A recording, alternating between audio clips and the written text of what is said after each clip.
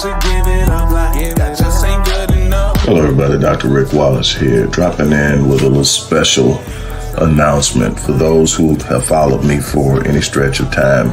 You know, outside of the businesses that I run, like Myriad Business Solutions, the Visionetics Institute, Odyssey Media Group, I also do a great deal of work inside of the inner city communities in Houston, Dallas, and other areas. I'm asking now, as we push a fundraiser, that you support what the Odyssey Project is doing in the inner cities, especially with programs like Black Men Lead, which is a rite of passage initiative, and Restoring Ghetto's Forgotten Daughters, which is a program focused on helping young girls, but boys as well, suffering from childhood sexual abuse, rape, molestation, domestic abuse, absentee fatherhood, and so many other things. The information will be in the box. Thank you. I'm free to be whoever I want to be. I've been through hell all by myself.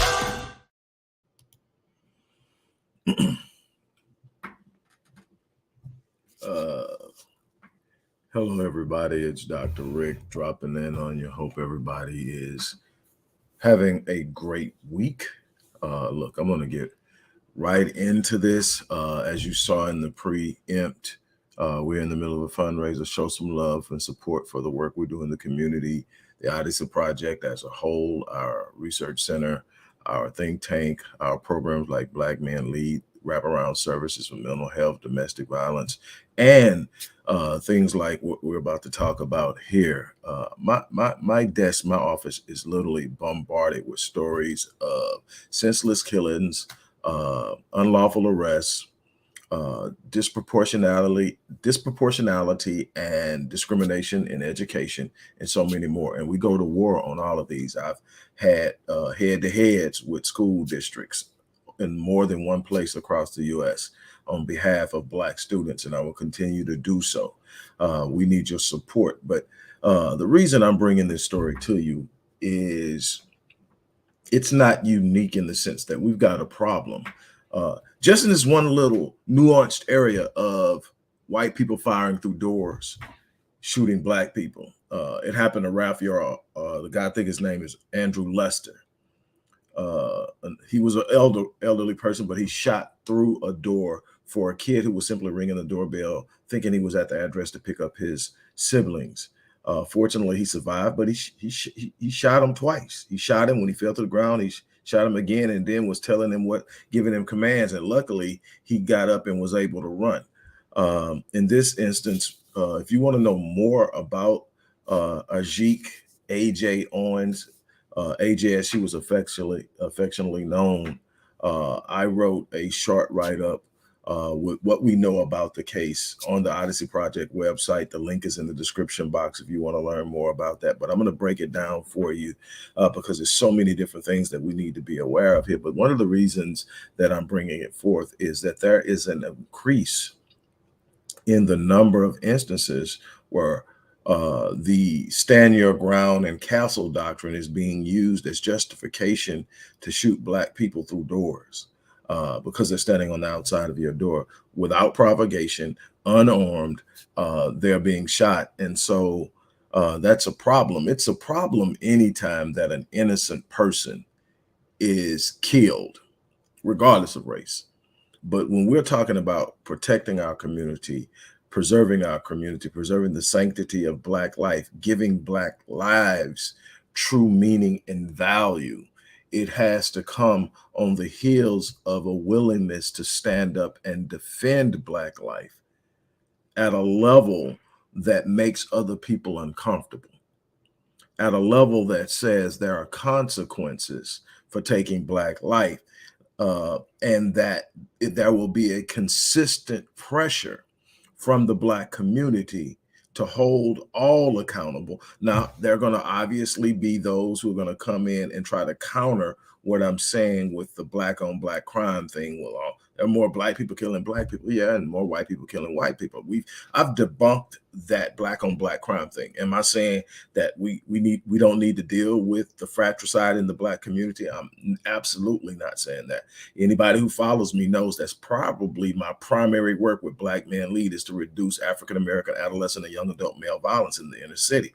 That's been going on for decades. So no, I'm not saying we ignore it. What I'm saying is that doesn't in any way excuse infractions and encroachments upon black sanctity and the black right to have human sanctity and freedom to live.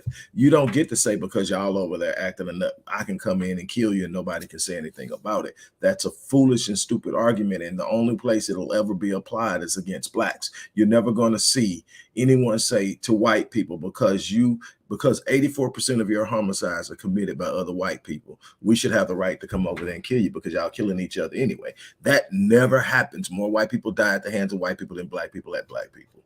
Yes, it's a mathematical situation, but still, they act like it's an exclusive phenomenon. And the only people killing each other is black people, when the truth of the matter, it's a proximity issue, and it's based on the proclivity and the possibility and probability of rage driven behavior. Most violent behavior is emotional, comes from somebody getting ticked off about something, and before they calm down, taking action. Now, some things are extremely calculated, and they definitely hold the flag for calculated, mapped out and planned homicides. They lead by far. Trust me, I've done the research. So with that said, and getting that out of the way, yes, we do have a problem that we need to deal with the violence within our own community. If there's no enemy on the inside, the enemy on the outside can do us no harm. Absolutely correct on that. But we also must be very willing to sit up and say, while we deal with our issues, we are not going to tolerate you encroaching upon our freedoms to live. We are going to take a massive and emphatic stance on being willing to deal consequence to those who infringe upon our rights to live. We're not talking about wealth here. We're not talking about education here. We're not talking about all the other ways that they encroach upon our freedoms. We're talking about the basic right to stay alive and the very little value given to Black life. Now, there are a whole bunch of social dynamics and media-driven framework and context that's wrapped around why this happens. I may get to it today, I may not, but what I want to talk about is how, in comparison to other situations, we aren't treated the same, and neither are they. And then I'm going to move into this specific situation with AJ. So, although Andrew, what is his name? Andrew Lester, the guy who shot Ralph Yarl, a 16-year-old simply going to pick up his little twin brothers from a friend's house, knocks on the wrong door by accident and ends up getting shot. AJ is trying to address a woman who they've been having some issues for 2.5 years. And she's trying to address something because the woman has assaulted her kid. She's knocking on the door. And I imagine she may have been knocking aggressively, but she was on the other side of the door. And from what I understand, because I really want to look at this and understand, she's never put her hands on this woman. So while they've had their differences, this isn't it. And now the whole story is behind this woman not wanting AJ's children to play in an empty field she doesn't own. Sound like a story. Now here's the kicker. And her name isn't Karen, but it's Susan. Her real legal name is Susan Louise Lorincz. And 58 years old, looking just like you would expect somebody who's miserable to the point they're antagonizing little kids to look. Life ain't been kind to her, but that doesn't give you the right to do what you did. Now, this thing is there are two different stories that I've gotten. I haven't been able to confirm which one is completely accurate, but either way, she throws something at the kid. The first one is she runs him off of the field, even swings an umbrella at him, and they run off so fast they leave their iPad. When they realize the iPad is gone, they go over and knock on the door, and she throws the iPad, hits one of the kids with it, and it falls and cracks the screen. AJ goes over to confront her about it, knocks on the door. She shoots through the door and kills AJ.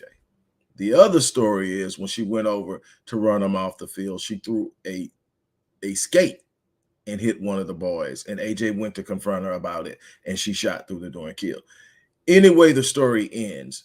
AJ was on one side of a closed door, and this woman shot through this door and hit. And there's all this, well, I feared for my life and how afraid white people are of black people. And I'm going to get into that, if not today, at some point, because it plays a role in how they interact on us and how easily they are able to weaponize their whiteness because of this inherent fear of black people. Well, first of all, when you done somebody dirty for centuries, and there's just this slight possibility that they may be able to come up, you're always a little edgy about them because you don't know what they're thinking. You don't know if that's the day they decide they're just going to get their revenge. So you're a little worried because you know the dirt. And even if you didn't do the dirt, even if none of your ancestors did the dirt, you know the dirt was there.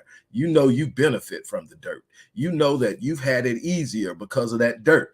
And so you have your conscience playing tricks on you. So the evil, bad boogeyman, black man, black woman is out to get you. No, we're out here trying to live our lives. We're out here trying to grow and become better. We're out here trying to develop and get from underneath this bulk of schemes and machinations that have been constantly pressed upon us to hold us at bay, because our giftedness and our intellect is starting to prove itself despite all of the machinations at play.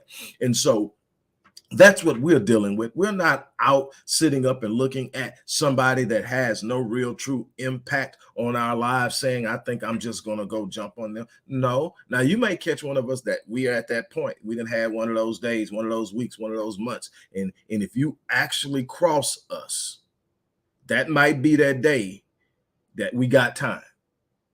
And if that's the case, that's the case. You need to learn how to leave people alone. You need to learn how to mind your business.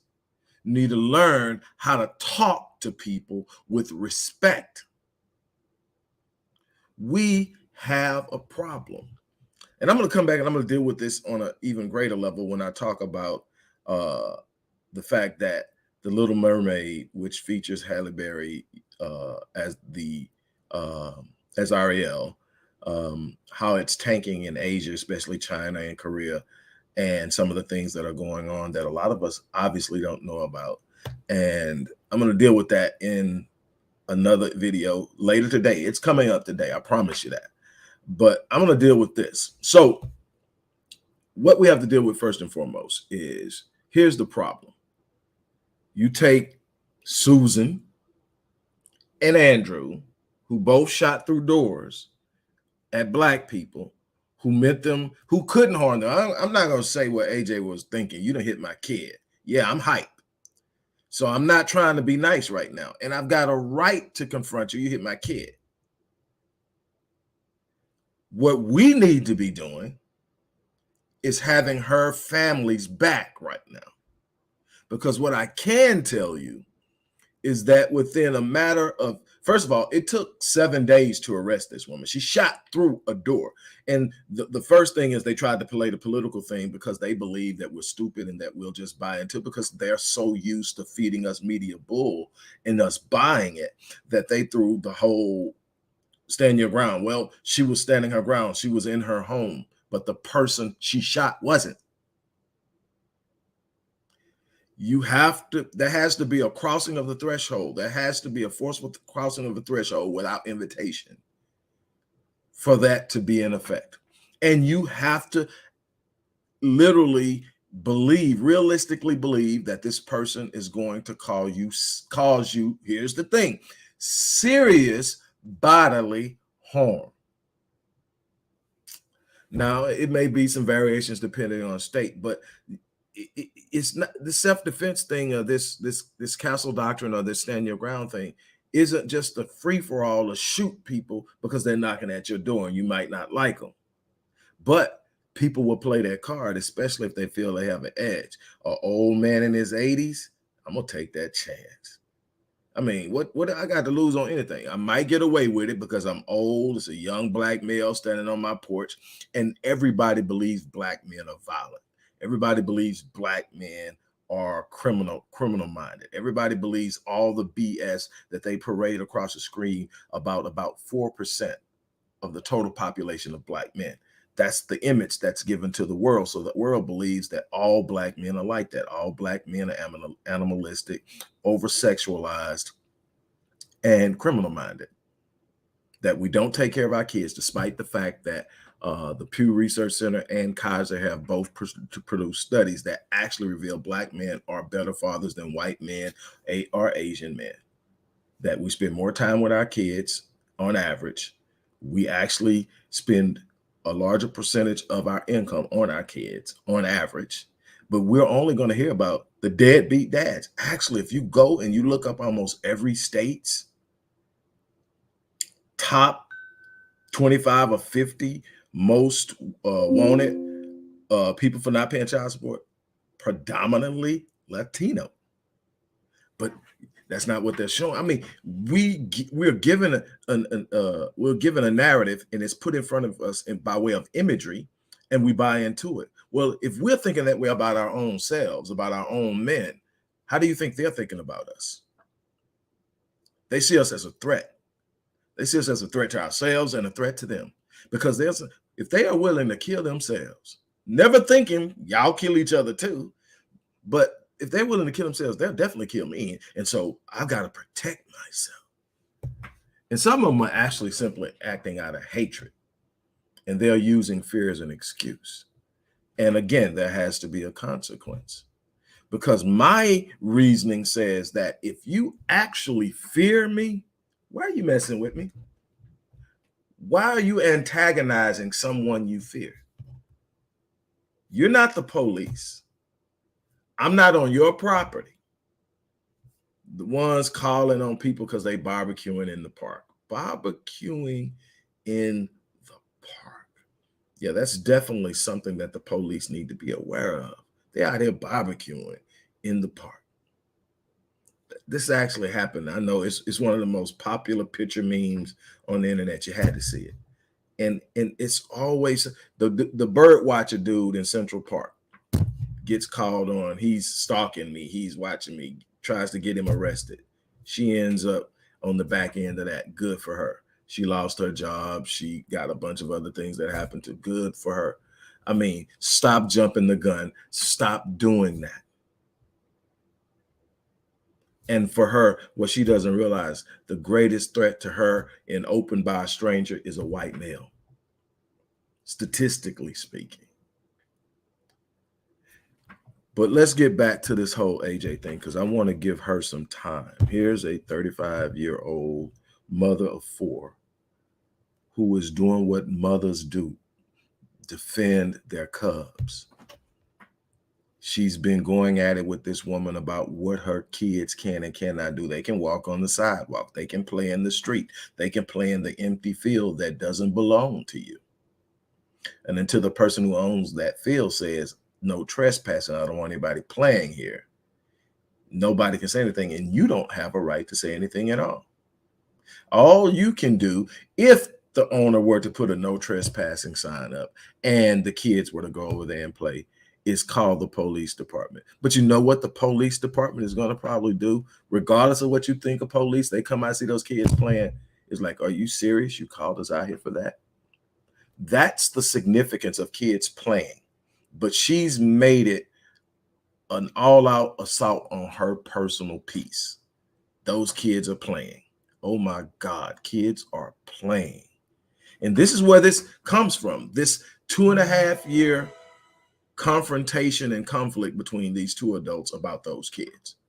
Now, Kids are kids. I'm not going to say they haven't done some stuff they probably shouldn't do. I don't know. I'm not going to speak on it. But what I can tell you is, here's one thing that I've learned so far, because I've looked into this, is these kids are now going to need therapy because, according to Pamela Diaz, who is the mother of AJ, they are feeling like it's their fault because their mom went to go defend them. So now we're talking about, how are they going to grow up? The damage. You have heard about my research on epigenetics, and it's specifically in the area of adverse childhood experiences. This is an emphatic adverse childhood experience on a scale. This is probably equivalent to 2 or 3 ACEs by itself. And while we haven't really gotten into complex stacking of ACEs, this definitely qualifies. And so these children are really going to need help. And I hope they really get good, solid help, something that we need to be focused on, which needs to be accessible to our children and to adults and to families across the U.S., because there's so much we're dealing with that we haven't confronted, and we're dealing with stacked trauma and re-injury.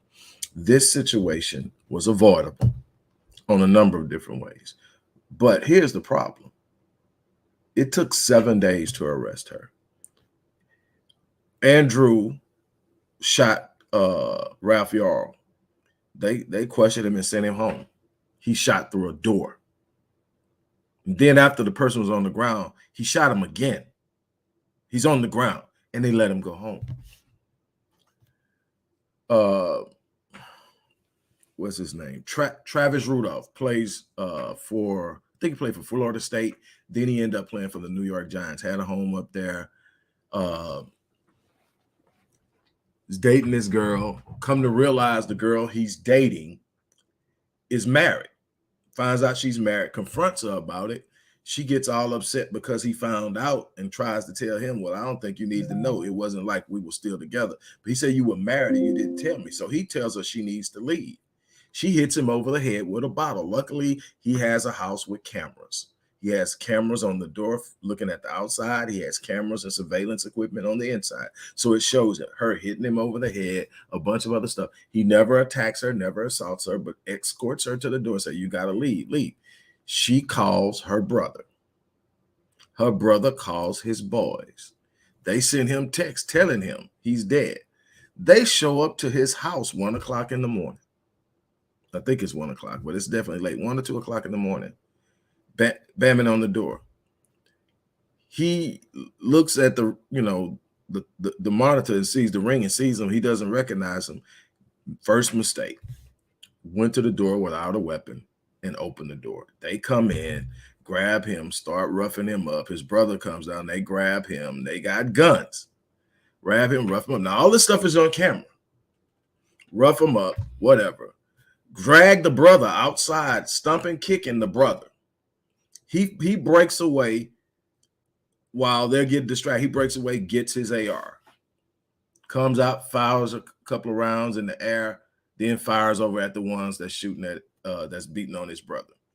They jump in the car and start to try to return fire. He says there were guns, and they started to try to return fire. He was afraid that if they return fire, he would be hit or his brother would be hit. So he fired upon the car. He hit one of them. They were taken to the hospital. They died. They wasted no time arresting him, charging him, and he went to trial. He was acquitted because even though they dumped the gun and the car wasn't initially found, they were able to go back and find the dumped gun. And then once the story started to unravel, then the truth started to come out. But they still tried to prosecute him, despite the fact that these people that came in the house beat him and his brother.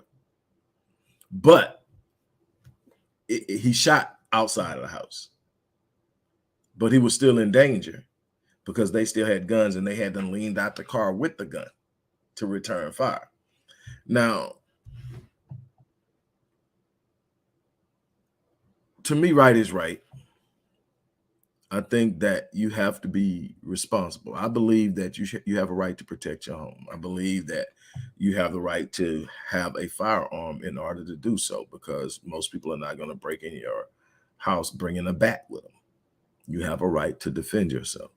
But I think that it's, simply put, has to be a direct, imminent threat to your well-being for you to be able to initiate lethal recourse. And the problem I have with this is, number one, the only reason she was arrested is because the community stood up. Big name lawyers showed up. Got a problem with that too. Because, like I said, this isn't an isolated issue. This stuff comes across my desk and hits my office daily. One of the things we are swamped with is trying to be advocates for people who have no voices. See, if it's not making a lot of noise, if it's not something that's going to get media attention and get national attention and get a stir, you're not going to get the Crumps and the Lee Merritts showing up. That's going to find a way to think. And the thing is, I really and truly hope that Ms. Diaz, Pamela Diaz, who is the mother of AJ, I really hope that this money that she's raising, I thank God. One of the things that I was frustrated with is they had started several GoFundMe accounts for Susan, and they were kicking off. And one of them was set for like a 1.5 million, and they were kicking off and they were doing good. I can't find them. I believe, they've been taken down. GoFundMe has this rule that people who have been accused of a crime can't raise funds for their defense. I don't know how I really feel about that, because I know that sometimes people are innocent and can't afford a good attorney, and the type of attorney and the amount of defense that you can pay for could be the difference between your freedom and your incarceration. And I know that it happens to Blacks a lot, but this all stems from, by the way, Darren Wilson raising over $500,000 for killing Mike Brown. What I want to talk about before I go on and finish this thing about AJ is, in this AJ thing, we again get to see that killing Blacks is big business. How much money has Lee Merritt made off of Black death? I'm not saying we don't need attorneys fighting for us, but I would encourage anybody to talk to Tamir Rice's mom and ask why she has such an issue with him, why she doesn't want him working with her, Here's some things, and I've talked about this, and I'm gonna digress for a minute. Documentation is the key to leverage in anything. What you can show in real recorded content, documentation, is what you have in leverage for making demands. How I feel about something doesn't mean anything. So when Lee Merritt and Ben Crump run in, and I have an issue with them, I'll tell you why.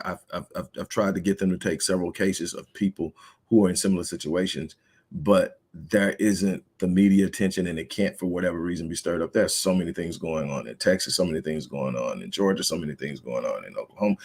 There's so many different things that, again, come across my desk. But anyway, they go in, they negotiate. In most instances, these are cop killings, right?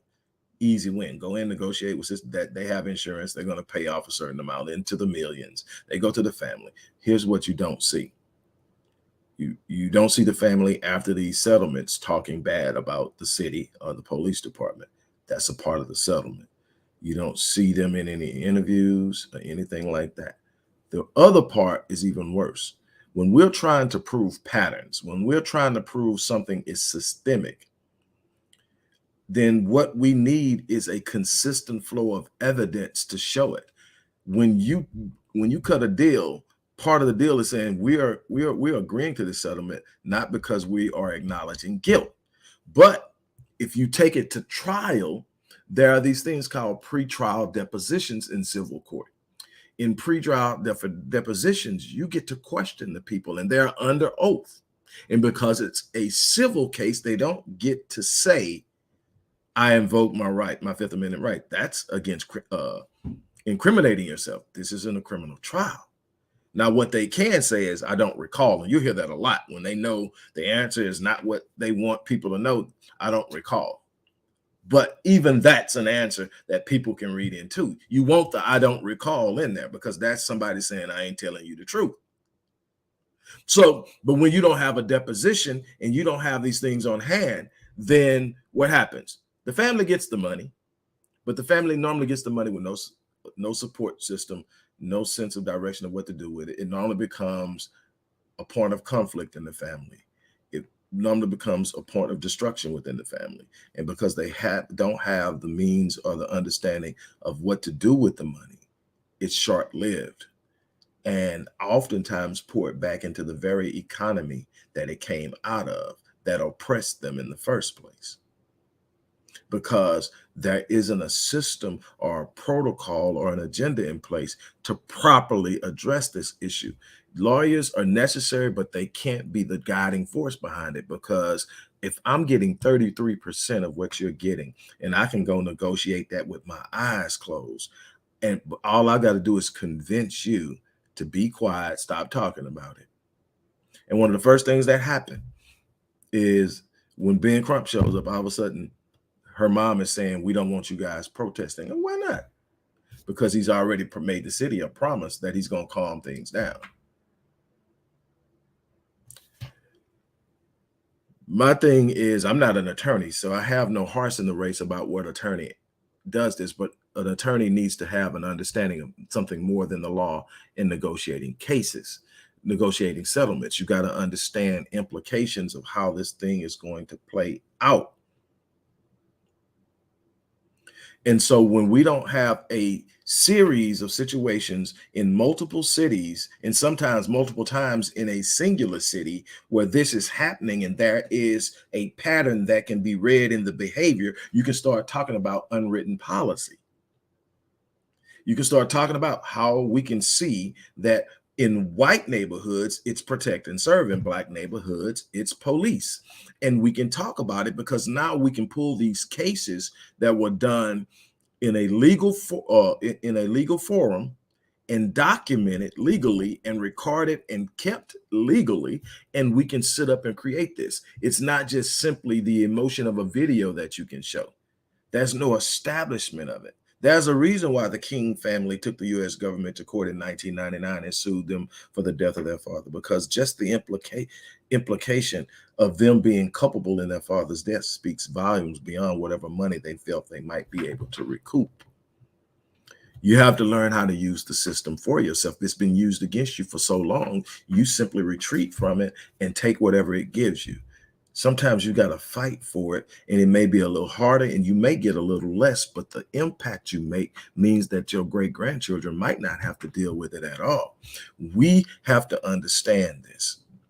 But again, here come the attorneys. They're going to get 33.33% of whatever they get. That's 33.33% of an average settlement of roughly around $3 to $5 million. There are a couple that's been over 7. And this is constant. And so now it's the idea that when you hear that name, you know I'm gonna get paid. So yeah, come on in. And we're losing sight of something that's extremely valuable. Now, the one thing that I don't want to sound like I'm doing, so I'm gonna be very careful. I'm gonna go back and I'm gonna make myself clear, and I'm gonna apologize if I was taken out of context.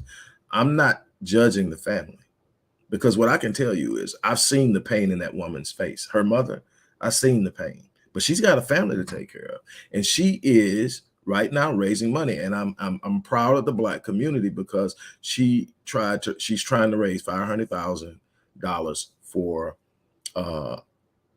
everything from burying her to the kids' education to housing the kids and taking care of the kids. These are young kids, so they got some time to grow up, and she's probably going to be the one taking care of them. And if her daughter is 35, she's probably at retirement age. So she probably needs more than $500,000 if she really wants to go at it. And I hope she gets way more than $500,000. And I hope that she gets somebody who has the knowledge to show her what to do with the money she raises, so she'll never have to worry about it again. And she can actually create trust funds for them from when they grow up, and they won't have to worry about paying for college and none of that stuff if it's done right. I really hope that happens for her. But so I'm not judging her for dealing with Crump. She's been convinced that he's going to hold them accountable. Well, them this time isn't the city. Them this time is this woman. And the only recourse this woman has, from what I'm pretty understanding, looking at where they are living, is if she has homeowners insurance with a liability policy on it. And that's normally still in the average home, the liability policy is somewhere 100,000, 200,000, unless there's some kind of other rider on it that gives more money if somebody is wrongfully murdered in the house. And I don't know. There may be some kind of way to say that the city could have done something to stop that, and that's hard. But obviously there is a leverage and an angle that has him there. You don't get him showing up at the small places, and I would have a lot better opinion of him if they were showing up to places where it wasn't a big win. Because to me, those people matter too. I'm not going to place a different value on a Black life by how much money can be won on their case.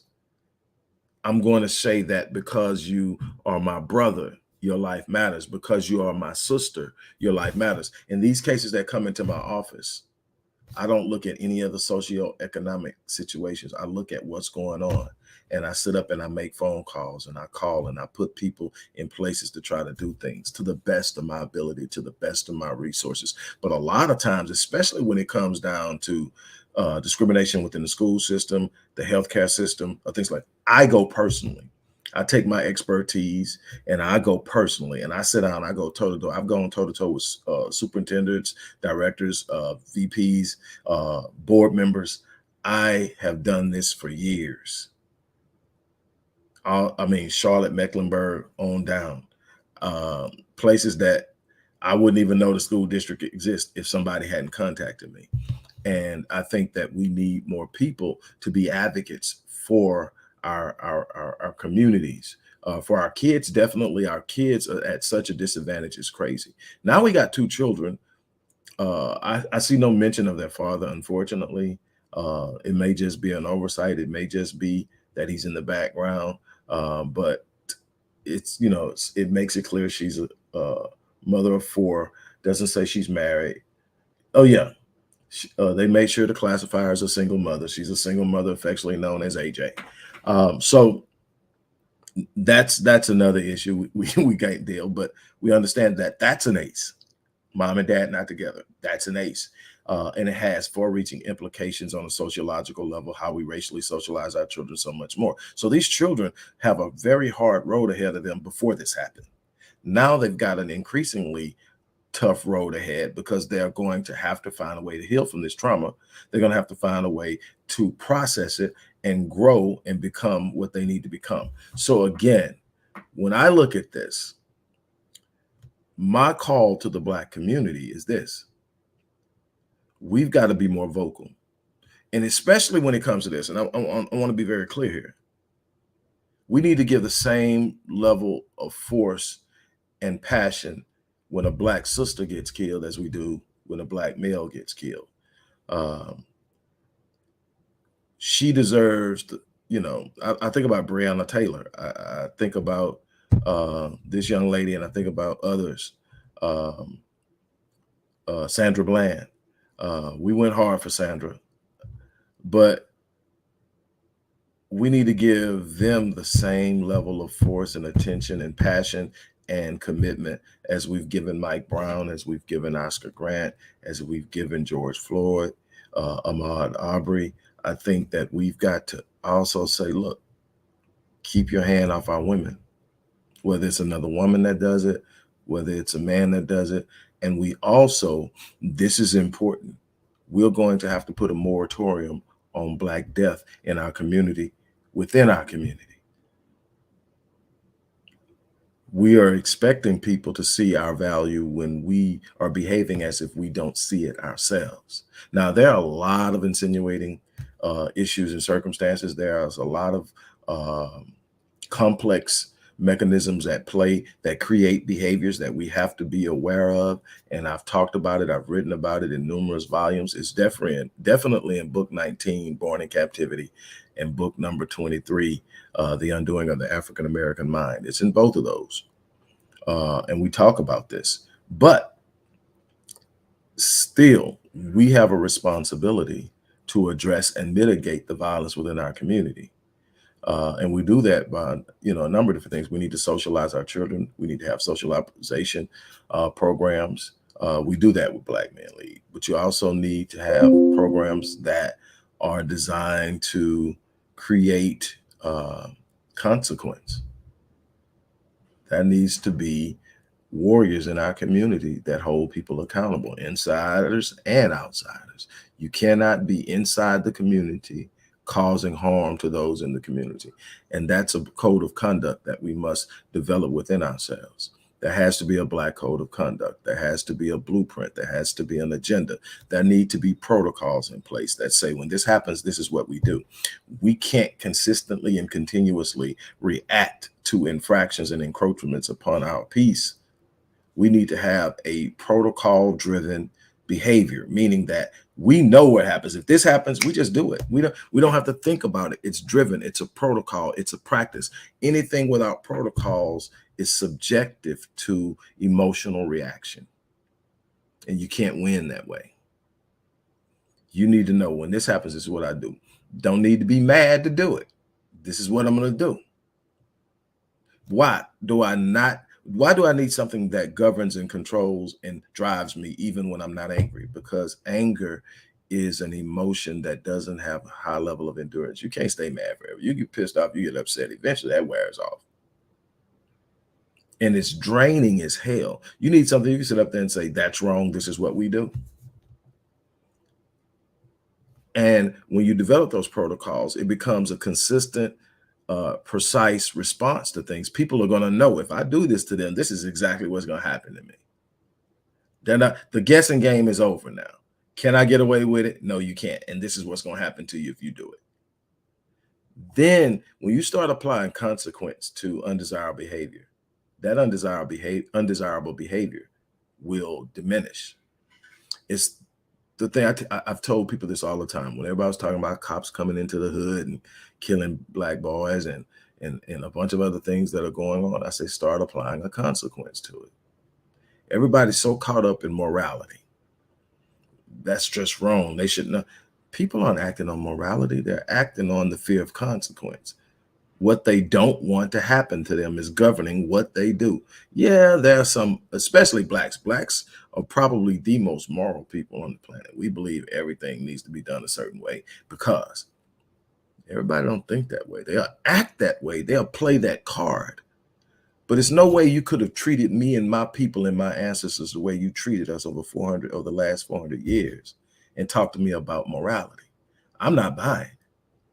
There's no way you can know that the last 400 years happened and not be actively looking for ways to correct the wrong and talk to me about morality. I'm not buying it. So then it's about what you feel we can and cannot do to you by what you're doing. And right now you have no fear. You have no concerns. You're not worried. And until we create that, and I don't mean talking about going and burning down stuff, they'll rebuild it with our money because we're spending it in their economy. We need to be stronger. We need to be better. We need to be what we are capable of being in this world. So again, my heart goes out to the family of AJ Owens. My challenge to my people is to not let this be something that passes by. We need to see it to the finish line. We need to show solidarity. We need to develop a unified way of approaching this. And we need to challenge those within the legal academy that represent us to understand the dynamics at play on a larger scale than these singular settlements, and the importance of having patterns documented because there are governing bodies bigger than the U.S. government. We are going to have to play a lot smarter than we've played. So I'm going to call it on this one. Again, if you want to read more about the story and learn more details on the story, I'll put the link in the description box. Also, as I said, and you saw at the beginning of this, show some love and support for the work we do at the Odyssey Project by supporting the Black Men Lead, or you can give and designate to generally give, because we have the research center, we have the think tank, we have all the other programs that deal with domestic violence, intimate partner homicide, mental health, mental illness issues, and so much more. So we really truly do need your support. On that note, if you want to support, look in the description box. At the top of the description box is going to be several different ways that you can give. You can choose what you want to give to and where. On that note, I'm out of here. You guys have an unbelievable remainder of your day.